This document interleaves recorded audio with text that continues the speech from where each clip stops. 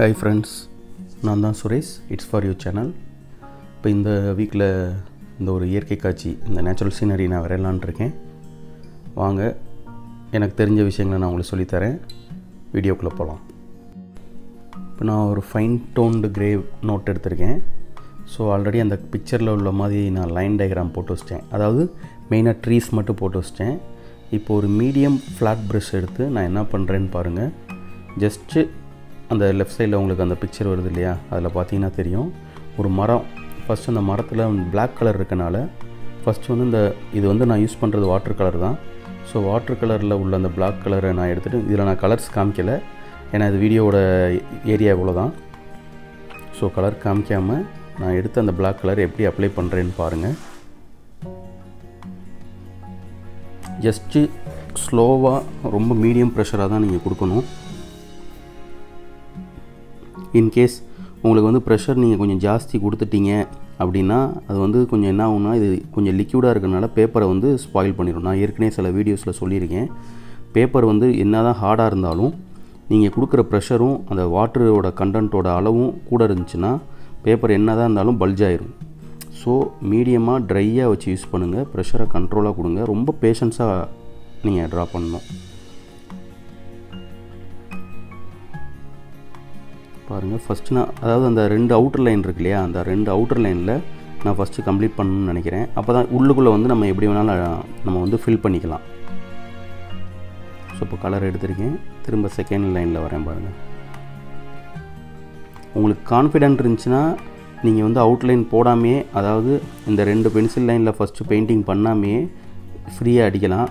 But எங்கேனா ஒரு இடத்துல நமக்கு வெளியே இழிவிரும், அதாவது ஸ்ப்ரெட் ஆயிரும் அப்படின்னு நினச்சிங்க அப்படின்னா ஃபஸ்ட்டு அவுட்லைனில் வந்து ஒரு ஸ்கெட்ச் லைன் மாதிரி போட்டுக்கோங்க இந்த ப்ரஷ்லேயே. அப்புறமா உள்ளே வந்து ஃபில் பண்ணலாம். நான் வந்து ரெண்டுமே பேரலாக பண்ணுறேன் பாருங்கள்.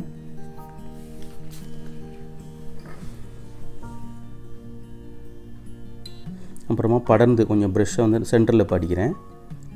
முடிஞ்ச அளவு வெளியே வராத அளவுக்கு. ஆனால் அந்த மரத்தில் கொஞ்சம் வெளியே வந்தாலும் கொஞ்சம் லைட்டாக பல்ஜ் ஆனாலும் கூட அது அந்த மரத்தோட கொப்பு மாதிரி நம்ம ஃபீல் பண்ணிக்கலாம். பட் இருந்தாலும் அந்த பிக்சரில் உள்ளதை சிமுலேட் பண்ணணுன்றதுக்காக நான் ஸ்ட்ரைட்டாக போடுறேன். ஸோ இப்போ லெஃப்ட் சைடு மரம் வந்து கம்ப்ளீட் ஆகிருக்கு. இப்போ வந்து அடுத்து பெரிய மரம். ஸோ பேலன்ஸ் இருக்கிற கலரையும் நான் வந்து இதிலே வந்துட்டு நல்லா கொஞ்சம் ஸ்ப்ரெட் பண்ணி விடுறேன். இப்போ திரும்ப ஃப்ரெஷ்ஷாக கலர் எடுக்கிறேன்.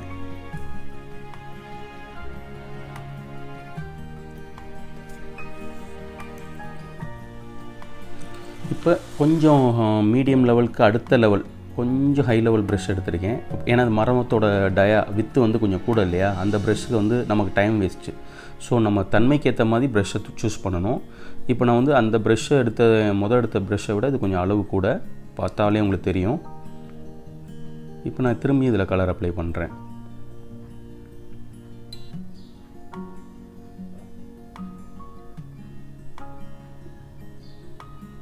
நல்லா உத்து பார்த்தீங்கன்னா தெரியும், அந்த அவுட்டர் லைனில் வந்துட்டு அதை விட்டு வெளியே போகக்கூடாதுன்றதில் நான் முடிவாயிட்டேன்.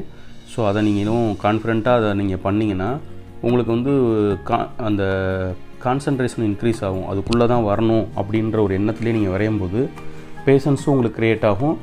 நல்லா ஒரு ஸ்மூத் ட்ராயிங் நமக்கு கிடைக்கும். இல்லைனா ஃப்ரஸ்ட்ரேட் ஆகி நம்ம ட்ராயிங்கை வந்துட்டு ஐயோ அப்படின்ட்டு போயிடுவோம். இப்போ பார்த்தீங்கன்னா இதில் தான் நம்ம எல்லாமே நான் ஃபுல்லாக வரைஞ்சது.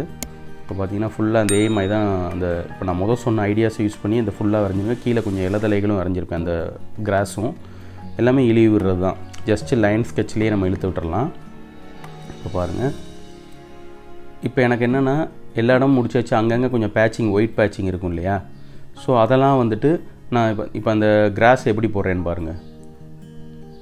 ஜஸ்ட் ஒரு லைன் போட்டு இருக்கிறதுல இதே ப்ரஷ்லேயே நீங்கள் ஜஸ்ட் ஒரு வெர்டிக்கல் லைன், ஒரு இன்க்ளைன் லைன் இப்படி போட்டிங்கனாலே இது வந்துட்டு கீழே உள்ள கிராஸ் வந்துடும். மேலே வந்து இப்போ நான் பேட்சிங்கை வந்து ஃபில் பண்ணுறேன். ஸோ உங்களுக்கு அது ரொம்ப நேரம் ஆயிடக்கூடாதுன்றக்காண்டி தான் ஃபுல்லாக வரைஞ்சிட்டு உங்களுக்கு ஃபுல் இதை காமிக்கிறேன், இல்லைனா ரொம்ப டைம் ஆகும். ஸோ இப்போ ஒரு பேக்ரவுண்ட் எஃபெக்ட் ஃபுல்லாக கொடுத்தாச்சு. இப்போ நம்ம அடுத்து போகிறது அந்த க்ரீனரிஸ். அந்த பேக்கில் வந்துட்டு க்ரீனரிஸ் இருக்குது இல்லையா, அந்த லெஃப்டில் பிக்சர் பாருங்கள், அதில் க்ரீனரிஸ். அதில் வந்து உள்ள ஸ்டெம் இப்போ வரைகிறேன். அந்த செடிகள்லாம் இருக்குது பின்னாடி, அந்த செடியில் உள்ள அந்த நடுவில் உள்ள அந்த ஸ்டெம்மு தான் நான் இப்போ வரைகிறேன், அந்த காம்பு. இப்போ பார்த்தீங்கன்னா முடிஞ்சளவு கொஞ்சம் லைட், கொஞ்சம் பார்த்தீங்கன்னா இந்த ப்ரஷ் ரொம்ப ஃபைன் ப்ரஷ், ஆக்சுவலி ஒரு பென்சிலோட ஷார்ப் எட்ஜ் எப்படி இருக்கும் அந்த மாதிரி தான் இருக்கும். அப்போ தான் வந்து நமக்கு இந்த மாதிரி சின்ன சின்ன மைனூட் ஏரியாஸ்லாம் வரைகிறதுக்கு இந்த ப்ரஷ் ரொம்ப யூஸ்ஃபுல்லாக இருக்கும். ஸோ இதை எடுத்துக்கோங்க. மேக் ஷுர் தட் நம்ம ஆல்ரெடி வரைஞ்ச அந்த மரங்கள்லாம் இருக்குது பார்த்திங்களா, அதெல்லாம் காஞ்சிருக்கணும். ட்ரை ஆனால் மட்டும்தான் நீங்கள் கையை அங்கே வைக்க முடியும். இல்லைன்னா அது உங்கள் கையில் பட்டு தேவையில்லாமல் ட்ராயிங்கை கெடுத்துரும். ஸோ வரையும் போது ஜஸ்ட்டு ஒரு ½ அன் ஹவர் வெயிட் பண்ணிவிட்டு கூட அடுத்து வரீங்க. ஏன்னா வாட்டர் கலர் பெயிண்டிங்கை பொறுத்த வரைக்கும் இல்லை வேறு அக்ரிலிக்காக இருந்தாலும் நீங்கள் ரொம்ப வெயிட் பண்ணி வரையணும். அதனால் உங்களுக்கு டைம் ரொம்ப தேவைப்படும். ஸோ மைண்டில் வச்சுக்கோங்க. இப்போ நான் அந்த இது போடுறேன் பாருங்கள், எப்படி வரைகிறேன்னு பாருங்கள்.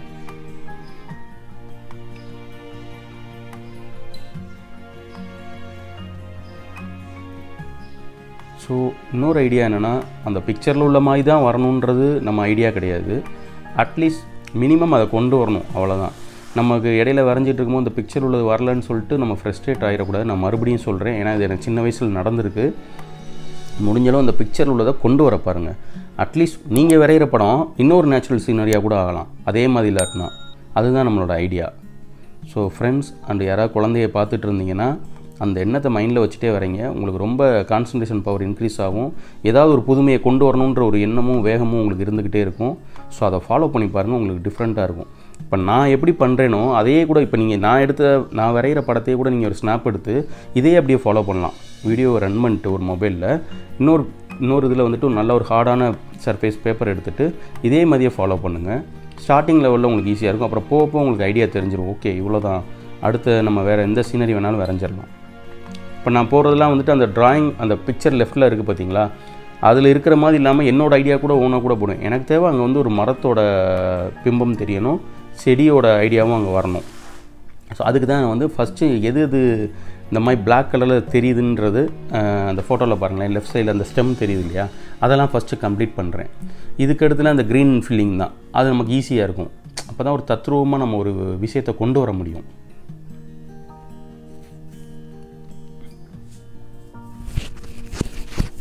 பாருங்கள், நான் வரைஞ்சதே தான் வரைகிறேன் திரும்பியும். ஆனால் ஒவ்வொரு ஏரியாலையும் டிஃப்ரெண்ட் லீஃப் அந்த கிளைகள் வர்றதை வந்து நான் டிஃப்ரெண்ட்டாக காமிக்கிறேன். ஸோ நம்மளோட ஐடியா வந்து ஒரே மாதிரி போடக்கூடாது. அந்த பிக்சரில் உள்ளதையும் நம்ம மைண்டில் வச்சுக்கணும். அதே மாதிரி நம்ம ஒரு மரத்தை பார்க்கும்போது எப்படி இருக்கும், எல்லாம் ஒரே மாதிரி இருக்காது. அந்த காம்பில் அங்கங்கே அப்படியே ஸ்ப்ரெட் ஆகி அந்த பிரான்ச்சஸ் போயிட்டே இருக்கும். ஸோ பிரான்ச்சஸை நம்ம வந்து கரெக்டாக ஃபாலோ பண்ணுவீங்க. இப்போ நான் முடிஞ்சளவு ஃபஸ்ட்டு பிரான்ச்சஸையும் அந்த ஸ்டெம்மையும் போட்டுட்ருக்கேன். சில இடத்துல என்னோடய ஓன் ஐடியாவில் கூட நான் இது பண்ணுவேன். அந்த இடத்துல எனக்கு தேவை அப்படின்னு நினைக்கும் போது நம்மளோட க்ரியேட்டிவிட்டி தான் அது. ஸோ நான் எப்படி பண்ணுறேன்றதை நல்லா பாருங்கள்.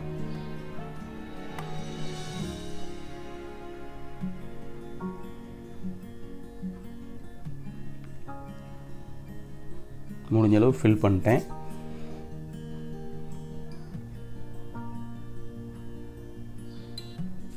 இது பார்த்தீங்கன்னா பென்சிலில் வரைகிற மாதிரியே ஒரு ஃபீல் இருக்கும் உங்களுக்கு.